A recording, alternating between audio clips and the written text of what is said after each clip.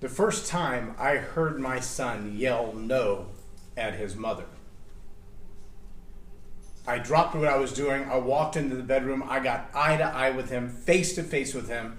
And without laying a single hand on him, I made it very, very clear to him, long before that woman was your mother, she was my wife. And no one talks to my wife with that level of disrespect and lives to tell about it. Now, our conversation was very brief, but I was very adamant and I was very clear. That type of disrespect, that type of dishonor, that type of arrogance, that type of revolt will not be tolerated in my home. When I was done explaining myself and making my point very clear, he had wet himself. Granted, he was 6 years old then. Now he's 6'5". But that precedent is so clear that at almost 20 years old, when his mom asks him to do something, even a tone of voice that sounds like an attitude, even I'll do it later, is only met with a simple, excuse me? The question is really clear. Do you understand that you have been asked or told to do something by someone that we expect you to reverence? Now that's not a pound you over the head kind of a reverence. That's not the you will do this or I'll beat you just because I said so kind of a reverence. It's understand that you, like everyone else on this earth, are under authority. And if you don't live your life submitted to authority, it's going to cost you. In fact, it could cost you everything. Slaves from the very beginning of human history have been expected to do what they're told in submission or pay the price. Daniel ended up in the lion's den because he wouldn't submit to the king and pray when he was told to. His 4 friends, or 3 friends, and the 4th one showed up, ended up in the fiery furnace, twice as hot as normal, because they refused to submit to authority. Now there is a time when you've got to choose your authority. There is a time when you should know whether you should submit to the rulers of this earth or the ruler of the universe. But there's also a time when your role, and even Romans, I believe it's 13, talks about the idea that we should submit to human authorities because God has put them in place. And there's something to know about that too. When God has put an authority in place and we submit ourselves to that leadership, especially if they're wrong, will be held accountable. Do you hear what I said? That leadership, especially if they're wrong, will be held accountable. They'll be accountable to the people. They'll be accountable to any other government leaders. They'll be accountable to God in the end.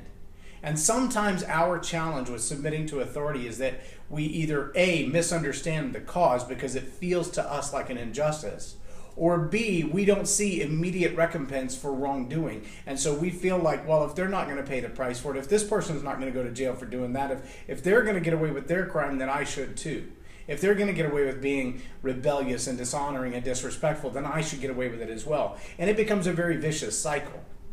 But parents who don't start with honor and respect in their home are going to end up with teenagers on the street who have no honor and respect for teachers, no honor and respect for their elders, no honor and respect for the shopkeeper, no honor and respect for law enforcement, no honor and respect for their government, no honor and respect for their country. I served with them when I was in the Air Force, and this was 25 years ago. But there were guys then that were starting to come into the Air Force who had never been told no by their parents. They had never been instructed that you will respect those who are speaking to you who are older or higher rank. And let me tell you something, it cost them in military. In the basic training, that environment is harsh and intense, and it's designed to break your will. And if you come in with a strong will and a hard head and a strong back, you're going to be doing a lot of push-ups, a lot of sit-ups, a lot of running until you puke. Because they want to break your will and help you understand the need for submission to authority. Why? Because when you're on the battlefield and that commander has made a decision, when you're staring down the barrel of the enemy's gun and your commander has decided how you're going to change this course to put yourself out of harm's way and into safety or to win this battle, that commander's decision is not debatable. It's not discussable. It's not a question of whether you like his ideas or not. And you're not going along with what the commander has decided is the right course of action, even if he's wrong. What he has decided is the right course of action is a team effort. And you have to do your part just like everyone next to you has to do their part. Imagine if the people at Normandy, when they were charging the beaches for the freedom and the independence of France, if they had charged those beaches and all ran in different directions or refused to get off the boat. I mean, there were many of them that got killed that day because they charged down the barrel of the enemy. But had they not done that, the Second World War could have come out completely different. Today we face a challenge in our churches, a challenge in our homes, a challenge in our schools, a challenge in our commerce, where people don't have respect and authority for each other. They don't look at anyone else as their equal. They look down on everyone. They're judgmental, they're harsh, they're rebellious, they're arrogant, they're rude, they're insolent. They refuse to allow anyone else to be right. Several thousand years ago, the wisest man to ever walk the face of the earth had a few words to say about that. Proverbs chapter 19. He starts with, discipline your children while you still have the chance. Indulging them destroys them. Let angry people endure the backlash of their own anger. If you try to make it better, you'll only make it worse. Take good counsel and accept correction. That's the way to live wisely and well. We humans keep brainstorming options and plans, but God's purpose prevails. It's only human to want to make a buck, but it's better to be poor than a liar. How many rich people do you know who got rich by stealing, or got rich by lying, or got rich by manipulating? Fear of God is life itself, a full life, and serene, with no nasty surprises. Some people dig a fork into the pie, but they're too lazy to raise it to their mouth. They don't want anybody else to have it. They just want to take it for themselves, but then they starve to death and they wonder why. Punish the insolent. Make an example of them. Who knows? Somebody might learn a good lesson. Kids who lash out against their parents are an embarrassment and a disgrace. If you quit listening, dear child, and strike off on your own, you'll soon be out of your depth. An unprincipled witness desecrates justice. The mouths of the wicked spew malice. The irreverent have to learn reverence the hard way. Only a slap in the face brings fools attention. All of those verses kind of point in the same direction, and that is when someone is arrogant, when someone is hard-headed, when someone refuses to listen, when someone refuses to submit, their inability to stop talking for a moment and listen to someone else, their inability to surrender their will temporarily while someone else's will takes precedence, that irreverence can cost them their lives. And then what does it say about malice? It says that those people who have malice in their mouth, an unprincipled witness desecrates justice. What does that mean? That means someone who looks at the event, looks at the scene, looks at what happened, and then lies about it. Desecrates justice. Someone who says, this is what I saw, when they know for a fact that what they saw was different, but they have their own agenda, have their own axe to grind, they have their own purpose for telling that lie to accomplish something other than the truth. And then it follows it immediately. It says, this, the mouths of the wicked spew malice. Do you know what malice is? It's hatred. It's a riot. They mouth words that cause riots. They incite violence. They create a sense of disrespect and dishonor. They create destruction with words that come out of their mouth.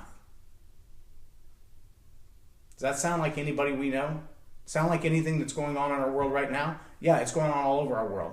Like I said, there are times that we have to disobey the words of men to honor the words of God. But the honor of truth, the honor of respect, the honor of submission are a higher level of honor, a higher commitment, a higher requirement than civil injustice. I know that sounds hard to believe, but it really is. And when we start with 3 and 4 and 5-year-olds who are willing to yell at their parents or grandparents in the grocery store because they don't get the toy they want or the candy they want or the lunch they want, when those kids at 3 and 4 and 5 years old become 8, 9, and 10 years old, they become hard to manage. When they become 14, 15, and 16 years old, and their physical stature is bigger than mom and dad, or their physical stature is such that they'll take on anybody fearlessly, if that attitude has been the same since they were 3 or 4 and it's never been checked, it's exactly what he says here. Discipline your children while you still have the chance. Indulging them destroys them. If you skip over all those verses that I just read, when you skip down to the very bottom, it says the irreverent have to learn reverence the hard way. Only a slap in the face brings fools to attention. You follow what I'm saying there? It's going to go from a point where you could scold your child and say, don't talk to mommy like that. Don't talk to daddy like that. To a place where the only way anyone's going to get their attention is to smack them across the face. Now, that's not the way we're supposed to communicate. That's not the way we're supposed to teach. I had a stepfather who had no problem backhanding me. Literally would just swing his arm and knock me off my feet. Would throw things at me. I don't believe that's the proper form of discipline. But I do believe that it's necessary to get someone's attention. I don't have a problem with corporal punishment, especially when they're young. We had a board of education in our home as I raised my kids as a parent. And up until they were 9 or 10 years old, it traveled with us. It even went to grandma's house with us. But you know what? I don't need it now. Both of my boys are bigger than I am. Both of my boys are bigger than their mother by far. But I think they're pretty clear what disrespect and dishonor looks like.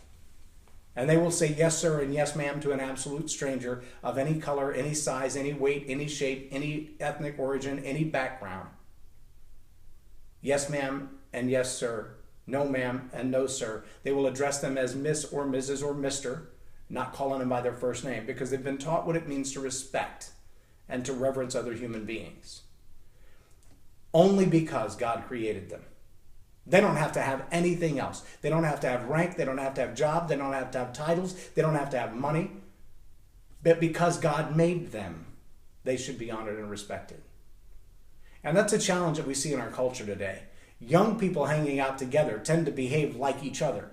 And if you get 5 or 6 teenagers together who all disrespect authority, the one in the group who respects authority is going to have a real hard time. Because peer pressure isn't going to allow it.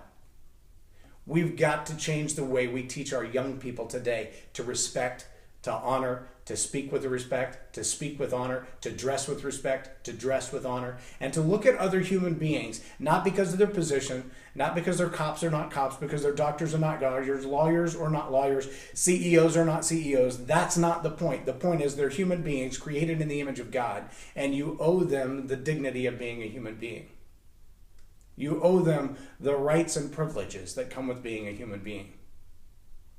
And when we've lost sight of that, because we've devalued the human so much, there are many cultures, there are many parts of our American culture that would value a whale over a baby, that would value an animal, a cat, a dog, or a cow, over a human life. My friends, that's a skewed perspective. God didn't create a single cat in his image. God didn't create a single dog or cow or moose in his image. Yes, we need to take good care of our natural resources, and we shouldn't be senselessly, pointlessly killing animals. I love to watch the crime shows. I was watching the other night the Alaskan troopers, where the state troopers have to go out and tame this extremely wild, massive amounts of land.